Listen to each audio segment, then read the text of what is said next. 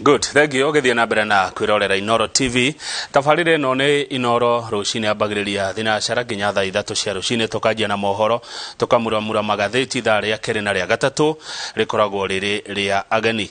Na nitukoretwo twakwira ati ithaini riri ria keri ria Inoro rucini tuguthie nginya county ya Nakuru tucemanie na mheshimiwa Liza Chelule.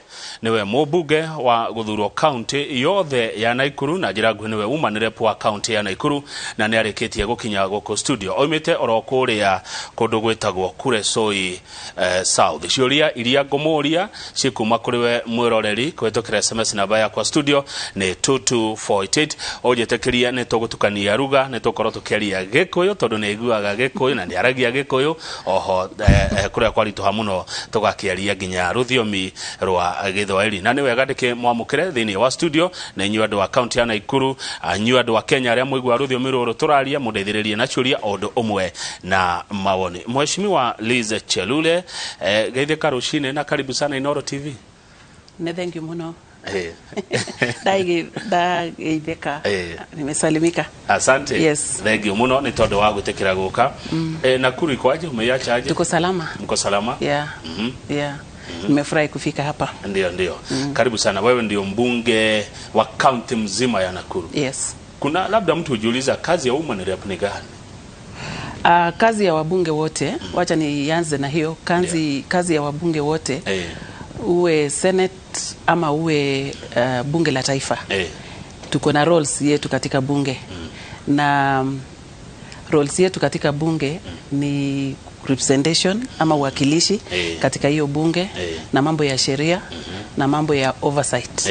Hiyo ndio roles yetu kama wajumbe sisi wote tukiwa parliament ya nchi yetu ya Kenya. Tukifika pale nyumbani specifically for me ninafanya kazi na kina mama na vijana na people with disability wale wamejiandikisha kwa vikundi. Ndio. Yeah. Mtu anaweza jiuliza hawa mama, hawa vijana, hawa watu ambao wako na disability vile wamenufaika na uongozi wako tangu walipokuchagua kuwa woman rep wa county ya Nakuru 2017. Katika ofisi yangu ndio kuna pesa ambaye inafaidika kutoka National Government Affirmative Action ambaye inapitia kwa ofisi yangu. Na kwa vile nimekwambia kwamba ninafanya kazi na vikundi ambaye wamejiandikisha, hiyo pesa inalengwa kwa hizo vikundi. Ndio.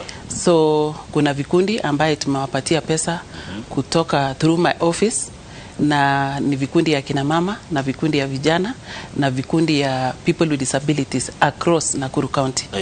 Na katika Nakuru County tuko na sub counties ama constituencies 11 na tuko na ward 55.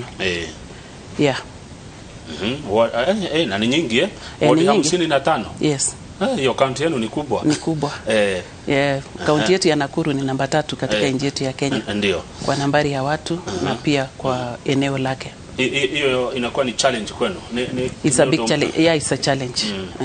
Mbadi na mali kugogeragera. Tunajaribu. Yani ni challenges kama gani unapitia? Challenges ambayo tunapitia ni yale pesa tunapatiwa ambaye inahusika na hiyo ofisi. Yes. Na ile kitu inanifanya niseme ni challenge ni kwa sababu idadi ya watu ni wengi kuliko ile pesa tunapata kwa hiyo ofisi. Bwana Kangethe, unaelewa kwamba katika National Assembly sisi wote ni wajumbe na wale wajumbe wanatoka katika constituency moja na kila mjumbe ako na kazi yake. Kama vile nimekuambia kwamba kazi yangu at a community level ni kufanya kazi na vikundi ambaye zimeandikishwa na hawa the 3 categories. Lakini mjumbe yule amechaguliwa katika constituency moja pia ako na kazi yake at a community level yenye anafanya na wananchi pale. Na ninajua unaelewa, moja ni wanajenga shule, wanajenga police sports, wanajenga kwa chief, na pengine wakati nyingine pia wako na basari. Na pesa yao ya mwaka is not less than 140 million. Yes. Over 100 million kwa mwaka. Yeah, call it that way, over 100 million kwa mwaka. Yes. Na tuko pia na governor ambaye tunachaguliwa katika eneo moja. Pia anapata yake sio chini ya 10 billion every year. na ya mama county anapata milioni 7 kabla haijatolewa ya administration ya mafuta na mambo ya civic education. 7 million. So ikitolewa hizo inabaki 6. Sasa 6 million. Hii Mheshimiwa Chelule ni 7 million per constituency. Per constituency, yes. Okay. Kwa hivyo sasa wewe yako ikitolewa ikiwekwa zote inakuwa 77 million. Lakini kabla hujatoa ya administration, ukitoa administration inabaki 64.2. 64.2 million. Yes. Hiyo ndio pesa ya mama county. For the whole kama county. Wewe Mheshimiwa Chelule. Yeah, for the whole county. So the reason ama ile sababu ninakwambia kuna changamoto ni kwa sababu ya high expectation. Watu wanatarajia wapate pesa mingi, lakini pesa ambayo inapitia kwa hiyo ofisi ni pesa kidogo sana. Na hii ndio sababu ya kutosha, ndio ninakwambia kuna changamoto kwa uongozi ya kina mama katika kila county. Kuna wakati watu fulani walikuwa wanapendekeza hii kitu hata inafaa sasa iiche, sasa itolewe ati woman rep ni flower girls. Utawajibu? Flower girls siwezi kukubali kwamba ni flower girls. Kwanza kuwa na wanawake 47 katika National Assembly. Hiyo ni kitu mzuri sana kwa kina mama. Sababu unajua kina mama kupigania viti na wanaume inakuanga tedious ama inakuanga sio rahisi. Kwa hivyo kupata nafasi ya kina mama wenye wanashindana wenyewe na tupate nafasi ya 47 women at the National Assembly. Hiyo ni kitu mzuri kwetu kama kina mama. So ya kwanza ni kuwa katika hiyo bunge, ili mambo ambayo ya kina mama inapojadiliwa inajadiliwa wakiwa ndani ya bunge. Lakini tukisema kuna siku BBI ilijaribu kabisa kuondoa hiyo nafasi, na ingekuwa pigo kubwa sana kwa kina mama. Hata ingawa tuko na changamoto ya pesa ambayo hatupatii ya kutosha, lakini ni vizuri kuwa na kina mama katika bunge la taifa, ili mambo inapoongelewa, mambo ambayo inawahusu, na mengi inawahusu. Hatusemi ati kidogo inahusu kina mama. Unaelewa katika nchi yetu ya Kenya, wingi ya wapiga kura pia ni kina mama. So hakuna vile unaweza sema ati wasiketi kwenye bunge la taifa na wingi yao idadi yao ni wengi kuliko wanaume. So ni vizuri wakiketi kwenye bunge, ili pia wajadiliane katika mambo ambayo inahusu wasichana, inahusu kina mama, na mengi zimefanywa tangu tuwe na wajumbe kina mama katika bunge. Unaelewa kwamba mama na mzee wakishindana katika single member constituency inakuwaga tedious, lakini kina mama wengine wamejaribu. This time nafikiri tuko na kina mama 10 I think they are 14 wenye wametoka single member constituency. Haya, swali ni je, mkiwa wa mama 47, mama county nyinyi wote ni 47. Yes. Sijui kama labda mko na group ya WhatsApp au kuna vile nyinyi kutana. Lakini nyinyi kama wa mama 47 mumeshirikiana kwa njia gani kusaidia wamama wenzenu wasichana hapa Kenya? That is why nakwambia ili tupatiwe hiyo milioni 7 ambayo nimekwambia, kuna jadiliano ambayo wanawake ilifanyika katikati ya wanawake na serikali. Ndio ikaonekana kuliko hawa mama waketi kwenye bunge na wakifika nyumbani hakuna kazi yote ambayo wamefanya. Kumbuka hata hii mambo ya CDF pia iliwekwa kwenye sheria kwamba a member of parliament ama mjumbe hawezi, watu pale chini hawawezi hata kufeel presence yake kama hakuna kazi ambayo anafanya pale chini. Ndipo wakawekewa CDF. So hii mambo ya National Government Affirmative Action ni kama CDF yetu, isipokuwa tu ni pesa kidogo. Hiyo ndio jadili ambaye tuliongea kama kina mama, tukasema inafaa tupatiwe pesa kidogo ambaye tunaenda kuboresha pia maisha ya kina mama pale chini. Kama Nakuru woko kwanyu na Ikurure ni kama pesa ngapi shige muigana uge sasa hii nimepewa hii itanisaidia kusukuma mambo ya county yao? Ni hiyo 64.2 million. Yes. Na ikifika nyumbani, for example, sasa nimepatiwa hiyo 64.2 million. Kufika pale chini ninagawa into wards, na vile umesikia niko na ward ngapi? 55. So I divide my resources into 55 wards, so that kwa kila ward kuna group ya kina mama, kuna group ya vijana, kuna group ya people with disabilities ambaye atafaidika na hiyo pesa hata kama ingawa ni kidogo. Ukifanya hesabu 64 million ugawe na 55 ni pesa kidogo sana. Ni milioni moja. That is why hata ifiki ukigawa vizuri. Haya, umesema Mheshimiwa Chelule ati wa mama kwetu mama ni mtumia. Mtumia. Good, kumbe unajua. Ni wengi. Ni wengi.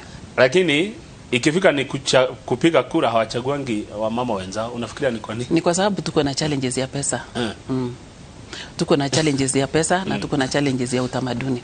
Bado kuna bado kuna culture ambaye bado hawajafurahia uongozi ya kina mama, lakini ninafurahi wengi wameamua kwamba wamama wanaweza ongoza, na wamama ambaye wamepatiwa nafasi wameonyesha kwamba wanaweza kuwa the best leaders. Yes. By the way, tumekuwa na magovernors watatu. Watatu. Wanawake. Tuko na senators. Tuko na senators. Sasa hii tumechagua senators watatu. Katika Senate tuko na senators watatu. Moja ametoka Nakuru na ninafurahia watu ya Nakuru sababu alipatia mama awe senator. Yes. Haya, MPs tuko na single member constituencies. Yes. Tuko na wao. Tuko nao. They are about, I think they are about 14. Yes. Performance yao ukipima ukiangalia governor wanawake, senator wanawake, MPs ni sawa. Najua uwezi sema. Ni sawa. Ni sawa. Haya, good. Kwenu ni Kuresoi South. Nimekuwa nikisikia fununu ati Mheshimiwa Chelule urenda gutiga gitekia kia woman rep. Oshoka kwa nyumoshie Kuresoi South wetie kia MP. Ni maheni. Mimi sijai sema. Mimi sijai sema mimi. Na sijui watu wanatoa wapi hiyo mambo. Na katika siasa bwana Kangethe, huwezi kukosa wale watu watakuwekea propaganda. Kuresoi South ni nyumbani kwetu, na kila weekend hakuna siku nimespend Nairobi, ninaenda nyumbani, na mahali ninaenda nyumbani kule Nakuru ni Kuresoi South. Na pengine watu wanafikiria hivyo sababu wananiangalia kila mara nikipita kwenda nyumbani. Otherwise sijasema ninataka kiti ya nyumbani. Ikifika 2022 God willing, bado nitatetea kiti yangu ya county. And this is because I have a calling. Niko na mwito ndani ya roho yangu. Ya kusaidia watu wa Nakuru. Yes. Utatetea kwa tiketi ya chama gani? UDA. Good. When times come. Ikifika uko Nakuru, UDA inapokelewa kwa njia gani? Ni poa. Nzuri. Yeah. Ni chama ya wananchi wote. Sio chama ya ukabila ama nini. Ni chama ya wananchi wote. Okay. Yes. Umetaja kabila, nikakumbuka Nakuru ni county ambayo iko na makabila mengi. Yes. Kuna Wakikuyu, Wakalenjin, Wakisii, Wajaluo. Karibu Kenya mzima. Wako wengi. In fact ukisikiliza Nakuru sana, mimi ninaitwa Liza Chelule wa Njiro. Alliance Mama Cohesion. Ninajiita Mama Cohesion ni kwa sababu ninaongoza makabila wengi sana. Na ukisikia nikikwambia rasilimali hiyo 64 million ikienda kwa kila ward, ninahakikisha kila kabila katika hiyo ward pia wamepata kitu. Like kama nikipata first quarter ikienda kwa kikundi ya Wakikuyu, the next quarter ambayo itafuata itaenda pia kwa kabila zingine. So ninataka kugawa rasilimali hizo, hata kama ni kidogo nataka kugawa equally, because distribution of resources equally will bring italeta unity na kutakuwa na mambo ya kukelele sana kwamba watu wengine wanaonewa ama nini. Mimi kama mama county nahakikisha kila kabila pia amejumuishwa katika maendeleo ya Nakuru. Hawa watu niruhusu niulize, wameingiana vizuri, amani, mambo yote sasa. Unajua tumepigana, afadhali kuongea ukweli. Tumepigana miaka mingi Wakikuyu na Wakalenjin. Hadi wakati Rais Kenyatta na makamu wa Rais Ruto wameshikana mkono wakakuja na chama ya Jubilee. 2013. Hiyo maneno iliisha. Hiyo ya zamani. Unaelewa kabisa kwamba Nakuru na Molo kulikuwa Molo na Kuresoi kulikuwa na shida kubwa sana. In 2007. Na watu walipigana na haikukuwa picha mzuri, haikukuwa kitu mzuri. Sisi wote tulienda hasara. Sana wenye walikuwa wakipigana wakati huo walikuwa ni Wakalenjin na Wakikuyu, na pengine upande mwingine ilikuwa between Kikuyu na pengine Wajaluo. Hizi zote tulikuja kuangalia kama viongozi ili tuletea hasara.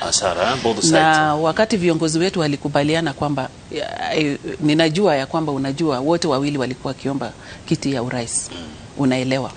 Lakini walipofika Nakuru kufanya mkutano walionelea mambo ya Nakuru na mambo ya vita katika nchi yetu ya Kenya itaisha tu ikiwa wote wawili wataungana pamoja, waone ni nani atakuwa kiongozi ya nchi hii na mwingine awe msaidizi wake, ili wananchi wa Kenya wakuje pamoja.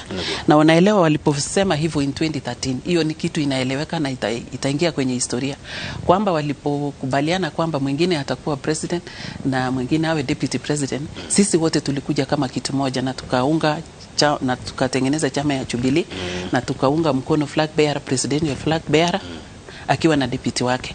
Wote unawaelewa majina yao. Na tulipiga kura 2013 peacefully na tukakaa peacefully, sio kura peke yake tulipiga, tulikaa peacefully. Tulianza sasa kukaa kwa amani. Tukafanya kazi pamoja, tukafanya mambo ya biashara pamoja, tukakaa pamoja kule nyumbani bila kuwa na shida yote. Mpaka saa huu tumekaa pamoja kwa amani. Na hiyo ndio ninafurahia, sababu ninapenda sana mambo ya amani.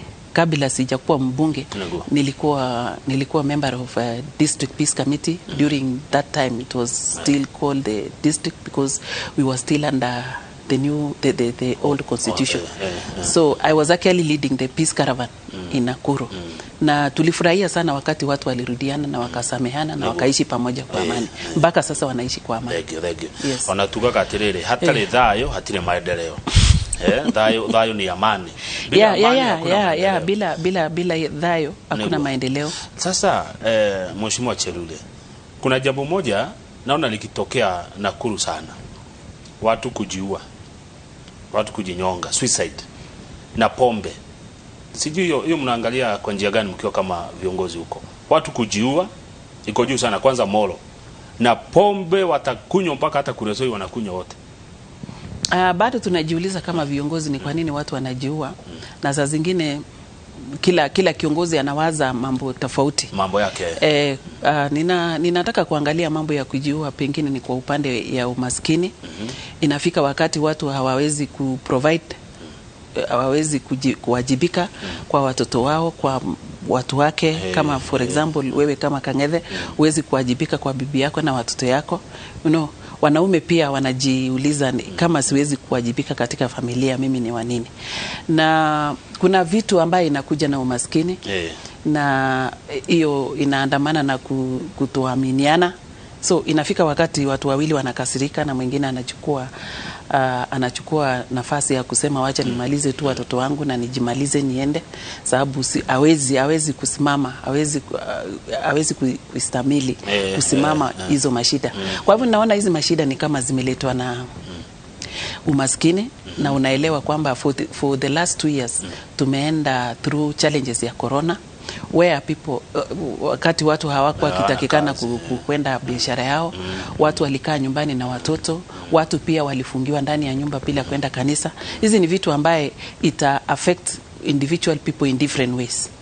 So hiyo ndio tunawaza kama viongozi. Na tunawasema tu, nafikiri ni wakati ambaye ninakumbuka kuna wakati serikali ilichukua program ya kutrain counselors.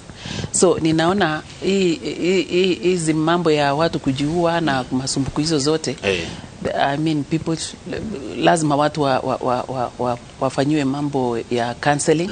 Kama inawezekana everywhere, kwa kanisa, kwa mikutano yoyote, ndio tuweze kuna watu ambaye hawajazoea mashida na ikifika hawawezi kustamili, hana ile nguvu ya kusimama.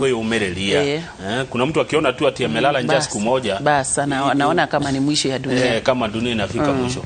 Pombe nayo kwanza uko bahati. Nakumbuka ilimalizanga watu kwa bahati. Hata si bahati peke yake. In fact it is the whole of Nakuru. Na nafikiria ni kazi yetu na ni jukumu yetu kama viongozi pia. Sisemi ni administration peke yake, lakini sisi wote tuwajibike. Na maoni yetu mara nyingi, wacha niseme maoni yangu. Ningependa tuwe na in every constituency tuwe na rehabilitation center, because mambo ya pombe ni real. Ni watu wamelewa kupita kiasi. Na hata ukichukua nafasi kuwauliza wale wanalewa sana, wanasema tuko na mashida mingi na tunataka kumaliza stress. So wakati huo wanasema wanamaliza stress, ni kama wanaongeza shida. So tunaonelea kwamba kwa pesa ya maendeleo ya constituency ingewezekana tuwe na rehabilitation center, ama pesa ya county tuwe na rehabilitation center in every sub county, na sio hiyo peke yake, sio rehabilitation center peke yake, even safe homes for the wives wale wametaabishwa, wamefukuzwa na watoto wao, vitu kama hizo. Good. Sasa Nakuru imekuwa city. Sasa wewe ni mama county wa city. Yeah. Wewe na city wewe. Haya, naambiwa na nani? Naambiwa na mtu anaitwa Mwangi akiwa Elbagon. Hai Kamau ucio maito wa county ni jaba ya wira. Atumia grupu ine ni ahe mbeca cia gubato na cia biashara. He ciana athomithagia na mwangaza masomo ariaga school fees ya mwaka mugima. Basari aguthaga mwana 10,000. Matangi ni aheanite, gas atumia ni ahe, andu ethe ni arore wega na mbeca cia ikundi ni mutumia munyihia na mwendi Ngai. Etagwo atiuretwo Liza Chelule wa Njiro. Jetagwo muhagi wa Elbagon. Umeelewa hiyo? Nimeelewa. Yeah. It is true. Kuna watoto kwa ofisi yangu, watoto 45 ambaye nimewapatia scholarship. Na watoto 45 ni watoto ambaye niliwapata wako na grade ya juu A minor, wengine ni A, wengine ni B+, ambaye walipita vizuri sana kwa primary na walikuwa nyumbani. Wameenda shule sababu hawakuwa na school fees. Nikapatia nafasi watoto wawili wengine watatu kwa kila sub county, ambaye kama ofisi tuliwalipia scholarship, yani kutoka form 1 mpaka form 4 wanaelekea sasa kumaliza. And I believe they will pass with flying colors. I believe watajoin university, na watoto ndio tunatarajia waje wabadilishe maisha katika kwao nyumbani na katika eneo mahali wanatoka. Kwanza kuna wawili kule Molo, moja anasoma Elbagon Secondary School, na moja anasoma ulisomea pale Elbagon, kuna moja ako Elbagon Secondary School na kuna moja ambaye ako Mau Summit. Na walipata bahati wakapata pesa kutoka kwangu, na nilionelea kama that is why tunasema hii pesa ni kidogo. Kama tungekuwa na pesa ya kutosha, tungekuwa tukishika watoto watano katika every sub county, ambaye tunahakikisha wanamaliza masomo yao kutoka form 1 mpaka form 4. Hata wakipita wataendelea pia kutoka kwenda university kumaliza mpaka wapate kazi. At least utajua kuna watoto around 350 ambayo wametoka Nakuru County ambayo wamesomeshwa na pesa ambayo inatoka katika serikali yetu. Sasa hawa watoto ni mchanganyiko ama ni kabila moja? No, ni mchanganyiko. Ukisikia nikijiita mama cohesion, ninaangalia nikienda mahali kama Nakuru Town West, ninasema tuchanganye. Kama Nakuru Town West tuko na mtoto kutoka Kisii community, tuko na moja anatoka Abaluya community, na moja anatoka Kale community in Nakuru Town West. Town East is the same thing. So I make sure in every sub county atuweki watoto kutoka kabila moja, tunaweka moja. Kama tungekuwa na pesa ya kutosha tungehakikisha kila kabila. Haya, good. Kuna wakati kulikuwa na mazishi pale ndio ufike Elbagon Town ya mfanyabiashara wa Molo Line. Nilisikia ikisemekana ati misitu ifunguliwe ndio watu wapate kufanya biashara yao ya mbao. Juu ukiangalia Elbagon adocho the marutaga kiria mutito na mitito ni yahingirwo. Sijui kama ulisikia hiyo na ungesema nini weta mama county oro kuigura mitito juu stress yenye iko Elbagon ni juu ya kufungwa kwa forest kabisa. Elbagon kwanza hiyo mambo ya msitu ndio imesafa hata kuliko sub county yote katika Nakuru. Na ukitaka kujua imesafa sana ama imeumia sana, tulikuwa na banks pale na siku hizi hakuna bank moja hata Elbagon. Tulikuwa na KCB na I think tulikuwa na Equity, lakini hizo banks zilifungwa sababu hakuna pesa ambayo inasunguka. Na Elbagon na population yake iko juu sana, na unajua hiyo population 80% of that population walikuwa wakitegemea kazi ya sawmill. So ikifunguliwa, na hii ndio kitu tumekuwa tukiomba sana waziri wa environment Bwana Tobiko, kwamba misitu ya serikali inapandwa miti wakati fulani na itafika wakati fulani ambayo inatakikana kufunwa ndio ipandwe zingine. Sababu hiyo miti ni commercial. Ni commercial, ni exotic trees. Hii ni cypress and pine, you know, ni zile miti haiwezi kukaa, si kama indigenous. Na sijui kwa nini mpaka leo hii mimi sijajua ni kwa nini alifunga. Sababu inajulikana plantation na inapandwa siku fulani na itamachua siku fulani, na ikimachua watu wauziwe ndio tupande zingine. Sababu isaidie mambo ya environment na pia isaidie watu kwa mambo ya pesa. So ilipofungwa totally, utakuta Elbagon ama misitu ambaye ziko karibu na Elbagon ama Nakuru, utapata hizo miti ikishafika maturity ama period ya kufunwa na isipofunwa utapata zote zimeanguka chini na zote zinakuwa hasara. So serikali haijapata faida na pia wananchi wa Kenya hawajapata faida. Ndio unaona watu wengi sana wamejinyonga Elbagon because hakuna kazi nyingine. Hiyo ndio kazi walikuwa kitegemea na there was no creation of awareness that misitu itafungwa, kwa hivyo mtafanya hii na hii, hakuna notice, hakuna nothing. Hiyo ililete shida. And that is why nina relate mambo ya suicide na mambo ya umaskini katika nchi yetu ya Kenya. Lakini ukirelate hivyo na mimi nitarelate na Mau Forest. Mau Forest iliendaje? Ilikatwa, tukakuwa na njaa, ndivyo wanasema, tukakuwa na kiangazi. How atia? Ukijaribu kuangalia sana, ukijaribu kuchunguza sana, lazima research ifanywe kwamba wakati huu inasemekana Mau ilikatwa si ati ni mahali serikali hawakuwa wamepeana. Hii ni mahali serikali walikuwa wamepeana, na kile kitu ingefanyika hata mpaka saa hii tunapoongea. Serikali lazima ifanye mpango ya kuhakikisha lazima kuwe na forest cover even in private lands. Unajua saa hii watu wanataka kupanda miti lakini hawapati seedlings. Ni ngumu sana kupata seedlings. Kwa hivyo hii mambo ya misitu ilitakikana ipangwe vilivyo vizuri na wizara husika na wananchi, ipangwe vizuri. Ukisikia ati watu waliingia Mau, kwa nini hawakuingia sehemu zingine? Kwa nini katika hiyo Mau kuna msitu ambaye haikuingiliwa? Hii mambo ambayo inasemekana watu waliingia msituni ni mahali it was designated areas. Ni mahali serikali walisema kutoka hapa mpaka hapa watu waishi na waendelee kupanda miti. Kutoka hapa kwenda hivi, hiyo ni msitu ya serikali. Kwa hivyo ukichunguza sana, ikichunguzwa leo ni serikali ilifanya makosa.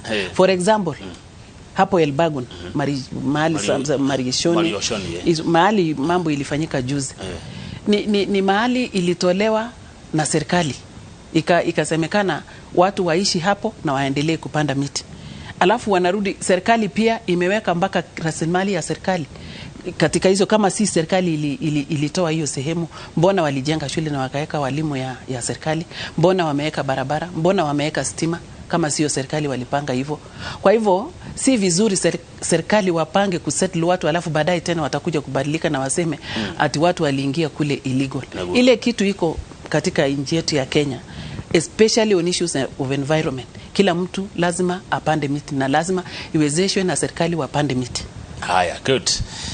Niko na vijana hapa ambao wanasema hawataenda kuchukua kadi ya kupiga kura kwa sababu hawajaona mabadiliko.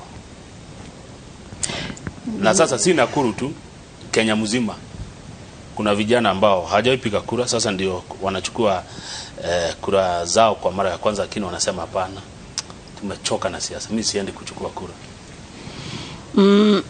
Vijana wako right kukasirika, lakini mimi kama kiongozi ninajua ni kwa nini wamekasirika. Wakati huu watu wamepitia kwa shida mingi sana, na wanaona shida ambayo wanapitia imetokana na uongozi ambaye ni kama hawajashughulikiwa kama vijana.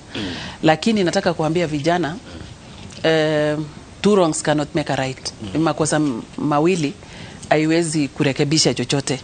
Kwa hivyo nataka tu kuwaomba vijana na watu wote ambaye wamekasirika kwamba makasiriko sasa haiwezi kutusaidia. Inatakikana tuombe Mungu atusaidie tupate the right leaders. Kwa hivyo ninawahimiza sana, ninawaomba mimi kama kiongozi kwamba waende wachukue kadi za kura na wachukue kila kitu ambaye inahitajika wakati ya kupiga kura, ndio waweze kupiga kura na ndio waweze pia kulete mabadiliko katika nchi yetu ya Kenya. Hatuwezi kulete mabadiliko yote tukikasirika hivyo. tutalete mabadiliko tukichukua kura zetu, tukichukua IDs na tupige kura wakati ya kupiga kura, ili tulete mabadiliko, sababu pia hawa vijana ama watu wananchi wa Kenya pia kuna vitu wamejifunza wakati huu, miaka kadhaa zimepita. Kuna kitu wamejifunza, si ati hawajui. Na the only way ama njia moja tu ya kurekebisha mambo yote ni kujitokesha, kujiandikisha kama mpiga kura, na kujitokesha pia kwa wale hawajapata vitambulisho wapate vitambulisho. Wajitokeshe siku ya election wote 100% wapige kura ndio waweze kuleta mabadiliko. Aya, thegio hemo ndoroga atiriri manire puito Mheshimiwa Chelule ni mwega no kumuona ni karugano we mwega pio na wira waku ni marawona na ugura atariria ni ndirero ha niguo no we kuoneka ni thina. Nimejaribu sana Bwana Kang'ethe kutembea Nakuru, hata sijai pumzika kwangu. Nimetembea Nakuru, vile unasikia ni 55 wards na kwa kusema kweli sitaingia kila village, lakini nitaingia kila village kupitia wale wananiakilisha katika every sub county, na nitaingia village kulingana na zile vitu ninatumana pale. Ukisikia tunapatia basari kwa kila ward 10 students, tunawapatia basari ya 10,000. Na unajua wards ni ngapi? 55. Hiyo tayari ni milioni, ni 5.5 million shillings ambaye imepitia kwa ofisi yangu. Kwa hivyo kama hawajaniona physically na wakingojea kuniona physically, ningependa sana wanione physically, lakini haitawezekana. Hata nikitembea usiku na mchana sitawezekana kuonekana, lakini kazi yangu inafika pale.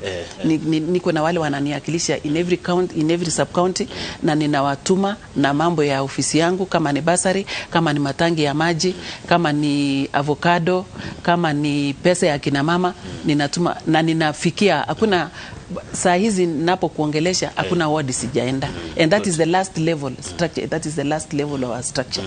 Ward hakuna ward sijafika. Lakini ofisi iko wapi haswa? Ofisi yangu iko Nakuru town. Christ the King. Good. Umetaja avocado, nikakumbuka zamani tukiwa uko Nakuru tulikuwa tunalima paridhra. Na tulikuanga na pesa. Sana. Sana.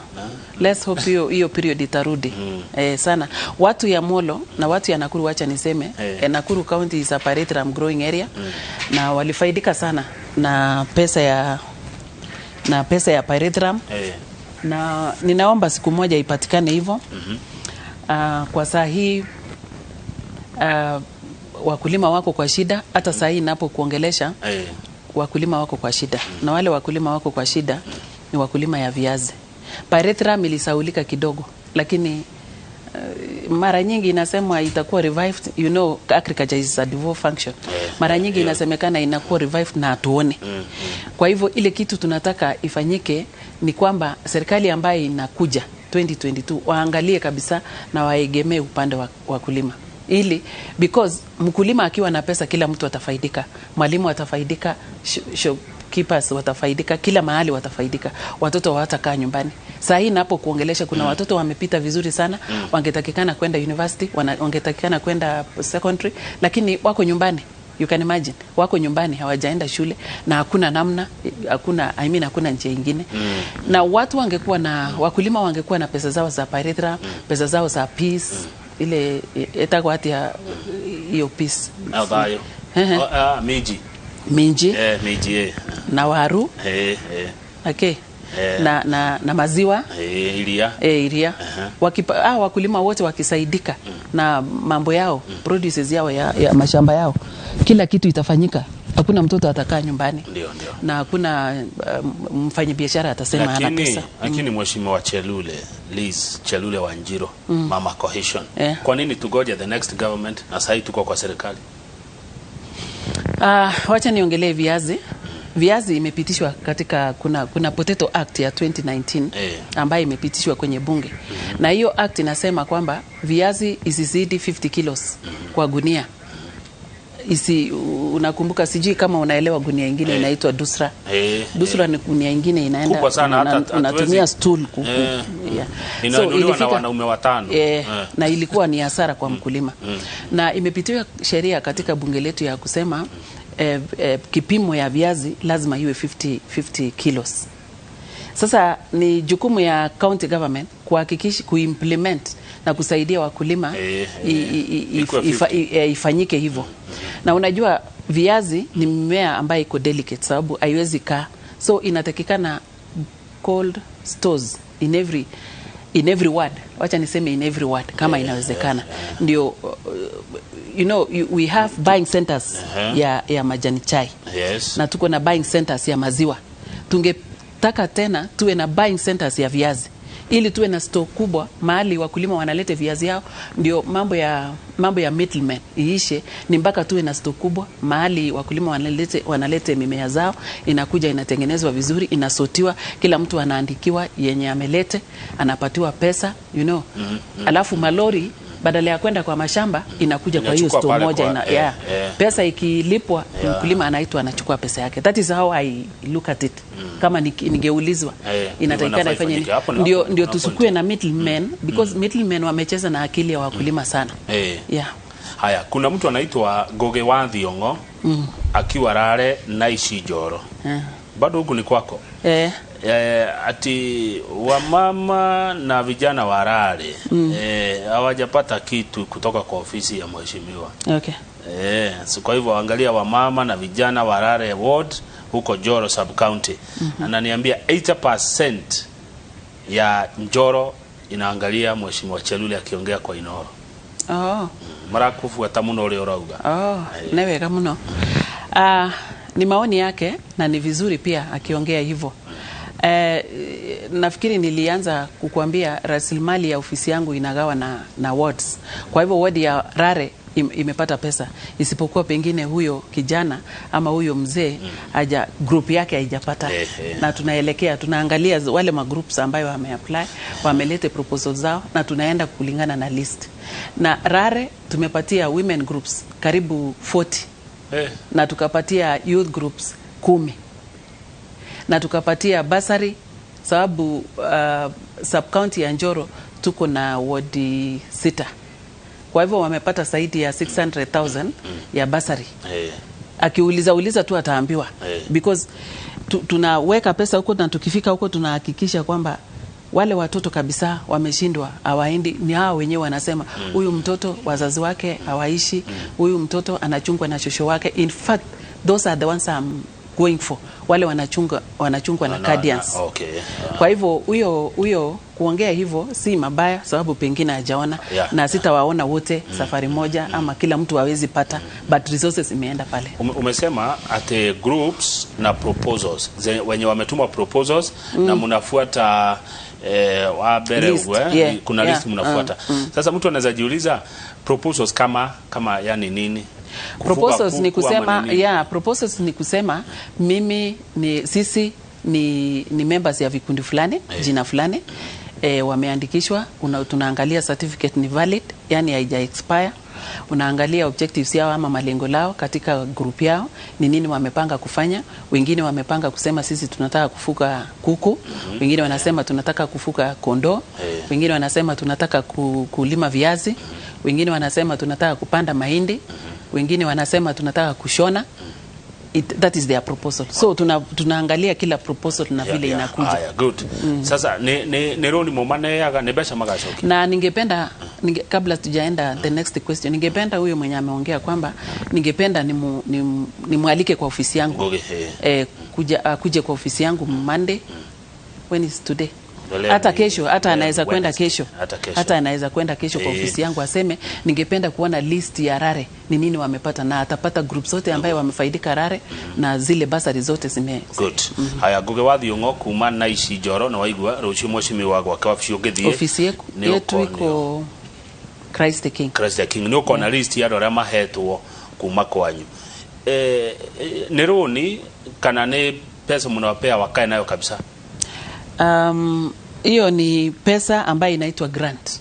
Bwana Kangethe, pesa ambayo inapitia kwa ofisi ya mama county ni grant. Ukishapatiwa kama kikundi, kama ni 1,100 ni hivyo. Hatuwezi kusema irudishwe. Kama ni shilingi 50,000 ni hivyo. Haiwezi kurudishwa. Ile pesa tu peke yake ambayo inaleta confusion. Kuna pesa ya Youth Enterprise Fund na kuna pesa ya Women Enterprise Fund ambayo inapatiwanwa pia na ofisi ya Waziri Kopia. Na hiyo pesa ni pesa ambaye haina riba ama interest. Watu wanapatiwa kwa vikundi ambayo wamejiandikisha, na wanapatiwa kama kikundi wamepatiwa shilingi 50, they are supposed to get back that money, hiyo shilingi 50,000 baada ya karibu mwezi moja ama miezi miwili. So hiyo ndio pesa inarudishwa, lakini ya mama county ya GAF hairudishwi, ni grant. Alafu huyo mtu warare ako wanaishi na mtu anaitwa Dan, nasahau jina lake, sijui ni Dan kama huyo ni kiongozi ya kaunti ya vijana, anaweza kumpata Dan, ndio Dan amweleze, because tunafanya kazi pia na viongozi. Kumbe hii pesa ni mzuri hivyo, yani ukipewa urudishi bora, na wengi wamefaidika nayo. Lakini hizi zingine ni gumu kupata, hizi mafaa hizi wana masharti ngumu kidogo, mzito kidogo, and that is why youth hawajachukua hiyo pesa kwa wingi. Kuna wenye wamechukua na wamefaidika nayo sana, lakini nafikiri kuna sheria pia ambaye inawafunga, yenye inatakikana kuangaliwa tena. Haya, good. Nani Ken ananiambia salimia Mheshimiwa Liza Chelule sana. We may differ with her political party, but these 47 county MPs wamefanya kazi kubwa sana kwa ground na scarce resources. Heko kwenu. Asante. Thank you at least. Ningependa kujua huyo. Anaitwa Ken, ni wa Akomuranga. Anasema ameona pesa ni kidogo, lakini mwana impact kwa ground. Haya, mudugu to John Boki arauga kama ugetheria mheshimiwa thegi muno. Teacher Dan Otola kama ugetheria Liz dare agent wake ithurano-ine cia 2002 kawajiri kuroga matene yatea na hinde wari kiama getagwo NAC. Yes. Haya, na ngwiciria ni arateithia andu aito akura Temuyota ward. She is good. Temuyota. Hiyo ni siku ambaye niliwania kiti ya ubunge katika Kuresoi South in 2002. Na nilikuwa katika chama ya Kibaki. Na nilikuwa na marafiki wengi kutoka community ya Kikuyu. Na tulifanya kazi na hawa. Asanteni sana wale wote walinisimamia bila hata kusema nimelipa ama nini. Walinisimamia tu kwa roho safi. Good. Kama Teacher Dan anasema mlisaidiana sana wakati huo, na anauliza kama watu wao kule Temuyota wamepata. Kwanza juzi Mungetho tumepatiana tent ya watu 100 na tukapatiana pesa ya vikundi pale tena. Haya, good. Nataka tupumzike ndio uletewe chai. Wewe unakunywa gatufia. Lakini kabla ya gatufia kaletwe Mheshimiwa Chelule, hebu niambie kwa ufupi tu, mnaonaga Wakikuyu aje? Very good people. Thank you. Watu wazuri. Those people, they are really good people, and they are my friends. Let me say about myself, but even the community ni watu wazuri. Hawa watu ni watu tumekaa na hawa, tumeishi na hawa, tumefanya vitu mingi na hawa, mambo ya biashara hasa sana. For example, kama umeniambia ulisomea Elbagon, wene mondo wa Nakuru kana ni Korea Moro. Neko wanyo ndashokira tukiuma tugioka harere Nyandarua. None ngire andu itoge muno kou Nakuru. Nakuru. Okay. Kenda Kasarani hiyo. So kama unaishi Molo, unaelewa kwamba on Thursdays kuna market kubwa upande wa Kerenget. Monday tuko na market kubwa Ulinguruoni. Saturday tuko na market kubwa mahali inaitwa Kiptagich. Na hakuna kazi inaweza endelea bila nyinyi. You know, tunafanya kazi pamoja. Thank you. Nakumbuka wakati ya 2007 vile shida ilikuwa imetokea, tulikaa 7 months bila kukutana na nyinyi, na ilikuwa shida upande kwenu na upande kwetu. Kwa hivyo Wakikuyu community, Wakikuyu ni wazuri. Thank you. Thank you muno. Ni mwaigua rurire muri andu wega. Gikuyu muri andu wega. Yes. Na muikara na wega ucio wanyu. Wega ucio ndugathuke niguo Mheshimiwa Liza Chelule ajira. Niwe tuna kegoko studio ni woman rep wa county ya Nakuru. Na kuna mtu ananiambia Mheshimiwa Chelule kuongea na kufanana kabisa. Yani mnafanana na vile unaongea na bosi yangu na waziri wa ardhi. Turashokereria.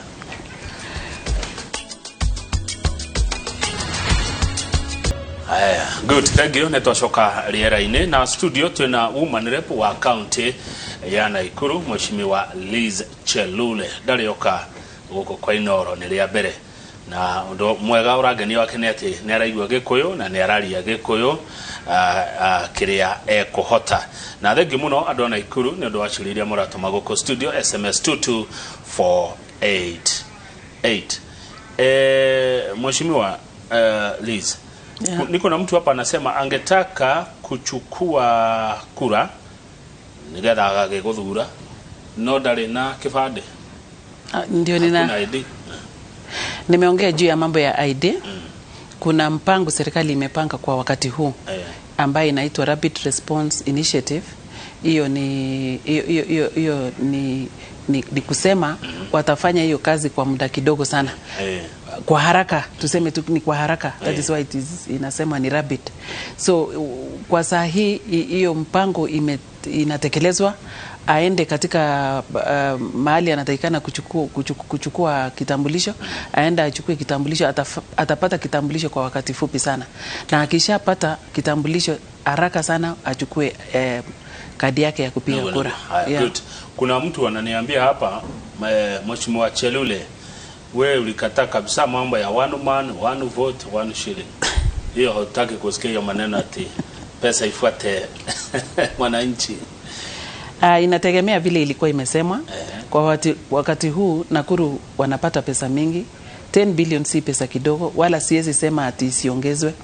Na hiyo inakuja, hiyo swali ilikuwa kwa BBI na haikuwa imeletwa kwa njia ya ukweli. Mambo ya boundaries, Bwana Kang'ethe. Kukuwa na boundaries zingine. Unajua hiyo ni kazi ya IBC. Kuhakikisha IBC kazi yake moja ni kusimamia uchaguzi. Kazi yake moja pia ni kuangalia boundaries. Na wanaangaliaga boundaries against the population ama idadi ya watu. Wakiona idadi ya watu katika sub-county fulani wamekuwa wengi na wanafaa kuwa na constituency nyingine, ni kazi yao warevisit hiyo mambo ya boundaries after between 8 and 12 years. Kuhakikisha kama saa hii sasa 2010 constitution ilikuja tulipata 2010. Kwa hivyo wakati huu sasa ni wakati ya IBC kuangalia boundaries na idadi ya watu. Kwa hivyo watu wakipata constituencies wao watapata pesa, sababu wakipata constituency nyingine pesa yao itawafuata. Wapate constituency pale pesa yao itawafuata. Sijakataa hiyo. Nilikataa sababu BBI ilikuwa na mambo yake nyingine. Haikuwa ikilenga hata mambo ya nini. Otherwise ningependa sana pesa mingi, pesa iwekwe mahali kuna watu wengi. Sababu ni sharti wapate. Hii ni pesa yao. Umesema BBI ilikuwa na mambo yake nyingine. Kama gani? Mambo gani nyingine? Sasa walikuwa wakichukua mambo ya boundaries ya nini na si kazi ya katika constitution imesemekana mambo ya boundaries ya ku create other constituencies ama ward ni kazi ya IBC. Kwa nini iliwekwa kwa BBI? Na mambo ya BBI ndio unasikia hata kiti ya mama county ilikuwa imetolewa mpaka leo. Yani unaweza toa kiti ya kina mama na kina mama ni over 50, I think they are 53%. Wenye wana tukue nini? Anga siju ni senate aga mkoro. Sasa tuende senate, si kuna senators. Kuna senators pale senate na wanafanya kazi yao. Kazi ya bunge ni tofauti ya senate. Na kazi ya bunge ndio kuna kazi mingi hapo ndio ugavi ya serikali inafanywa. Kwa nini walitaka kuchukua kina mama katika National Assembly wapeleke mahali hata hawataketi kwenye budget? Inatakikana mahali kwenye budget inatengenezwa wamama pia wawe wako hapo ndio waweze kusema mambo yao. Nasikia wakisema ati mama akiwa empowered, mama akiwa na pesa. Yes. Anakalia mzee.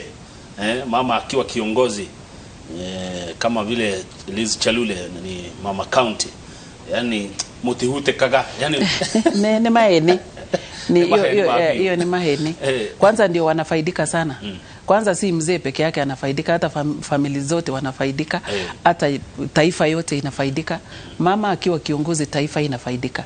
Mama akipata nafasi kusoma taifa ndio inafaidika. Ni mwanaume tu anafaidika. Mwanaume akisoma yeye ndiye anafaidika peke yake. Kwa hivyo wamama wakipata nafasi ya uongozi, and that is why tunasema ikiwezekana wananchi wa Kenya wapatie kina mama nafasi ya kuongoza katika kuwa governors, ndio tuone kazi yao pia. Na tumeona kwa wale walitangulia. By the way, sasa uko kwenu Nakuru kuna governor ambaye yuko sahi Lee Kinyanjui na kuna senator Susan Keka ambaye anataka hiyo kiti ya governor. Na Susan Keka ako kwa chama yako ya UDA. Yeah. Sasa hapo of course wewe uko saidi ya Susan, eh? Obvious. Okay. Na Lee hajafanya kazi? Nilikwambia tangu mwanzo kwamba siendi direction ya kudiscuss my fellow leaders. Wale wanatakikana kudiscuss ni wale wapiga kura, wale waliwapigia kura. Mimi niko na ofisi yangu, ninangangana na ofisi yangu. Hiyo ofisi nyingine siwezi ongea juu yake sababu kuna mwenye hiyo ofisi. Lakini umesema obvious, Susan. No, ninasema sijasema ati yes it is obvious, na ninasema wanawake wapatiwe nafasi pia wafanye nini? Waongoze. Sisemi ati Nakuru peke yake, kila mahali wenye watasimama kuwa wakitaka governor wapatiwe nafasi ndio tuone kazi yao pia. Good. Kwani unapeana hii nini avocado? Hiyo miti unapeana? Yes. Kuna mtu ameniambia ako Gilgil Sogonoi. Yeah. Amesema please huku Gilgil pia tupewe hiyo miti avocado. Na Dan ni county youth chairman Nakuru. Ametuma message akasema kama usalimia Mheshimiwa Chelule. Yes. Kazi yake tunaiona kama vijana especially youth group. Tumepata pesa za group over 300 in 4 years. Basari pia tumepata tent na avocados. Oshukuru ni aheanete. Nilipeana mambo ya avocados. Nilipeana mambo ya avocados kwa shule kwa lengo moja. Nilitaka, unajua mambo ya wasichana imewaletea shida sana kwa masomo yao. Na mara nyingi wazazi hawawezi kuwanunulia pads ama nini. Nikasema wacha nipatiane kwa mashule, kama ningekuwa na uwezo, kama ningekuwa na pesa ya kutosha, kila shule ingekuwa na avocados. Just to address the issue of young girls. Na wale watoto wako na shida. Juu tunda moja inaenda na 70 shillings. So unaona miti moja ikiwa na 100, unaona hiyo ni pesa mingi sana. So walimu wakisimamia vizuri, wale wasichana wanakuanga na shida kupata parts, watapata kutoka kwa hiyo mimea. Yes. Haya, thank you muno Mheshimiwa. Leo gwenda uge ohoro useme bye, lakini si ati bye hautarudi huku tena. Utakuja tena na tena, na nimeambiwa ni kuambia asante. Wakati ya corona kuna wasichana wengi sana umesaidia pale Rubago, ne? Nimeona hiyo message ati nako magulira sanitary skiogo na kuwafanyia counseling. Nimeambiwa ni kushukuru. Ligwada uge ohoro waongeleshe kwa Kikuyu, kwa Kikalenjin, waambie no meremero ragira ino. Okay. Hata sio hiyo wasichana peke yao, kuna watu ambao tumewasaidia. Kuna wale wamama wanapiga chai na kuni pale sokoni, tumewapatia gas cookers. Kuna vijana tumewapatia hiyo mambo yao ya kunyoa kinyozi, hairdressers, hizo vitu ndogo ndogo ya kuinua bottom up, yule ya kuinua yule mtu ya chini. Tumekuwa tukifanya mambo ya bottom up kwa hiyo ofisi. Dauga newega. Thank you. Sababu ya kukuona na ningependa sana kuambia wale wanatutazama kwamba nimesema asante sana. Ninashukuru watu ya Nakuru sana kwa kunipatia support ya maombi. Kwa kunipatia support ya maombi na kunipatia support kunipigia kura, na ningependa kuwaeleza hiyo mambo ya propaganda kusema Liza Chelule ataenda kusimama Kuresoi South ni uongo. Siwezi kwenda kusimama Kuresoi South, na kama ninataka ningesema mimi mwenyewe. God willing 2022 nitatetea kiti yangu ya women rep Nakuru. Wanipate vizuri, nitasimama kiti ya women rep Nakuru come 2022. Kwa hivyo in advance bado ninasema tuendelee na maombi. Hakuna kitu kingine, sina nguvu nyingine Bwana Kang'ethe. Nguvu yangu ni kutoka kwa Mwenyezi Mungu. Kwa hivyo bado nina request viongozi ya kanisa, bishops, viongozi wote wa kanisa Nakuru kwamba watukumbuke kwa maombi na wakumbuke serikali yetu. Ninajua wamekuwa wakitukumbuka bila hata kuuliza, wamekuwa wakituombea. Wacha tu niseme asante. Asante kwa kunisikiza. Asante pia kwa kunifunza lugha ya Kikuyu. Na niko tayari kujifunza tena zaidi. Siku nyingine Bwana Kang'ethe nikikuja hapa tutaongea Kiswahili. Tukwaria na Gikuyu. Negwo. Now, macha mwago ngoivi tugul jogerane Nakuru embe tutabраine. Raini gogo mi Noro TV. Inoro TV ko TV nengololjin biik en lugait nebo kokoek, lakini katachan chi nekekuren Bwana Kang'ethe akakeng'alal kechanganyan kokoek ak Kiswahili akomong'u ale kokoson anan kokeron biik chekokeron en betutab raini nimekaamwa kongoi ongesochin emoni ongetil kura en kokiletabgei. Amoche amwa biikab Nakuru otil kura en kokiletabgei. Akose mi biik chenerektos elenen makitile kura amun momi kiy nekitoretech kandoinatet nekomi anan ne. Manyolu kenereksen nguni, nyolu kekonin mabadiliko. Kwa hivyo otil kura en kokiletabgei.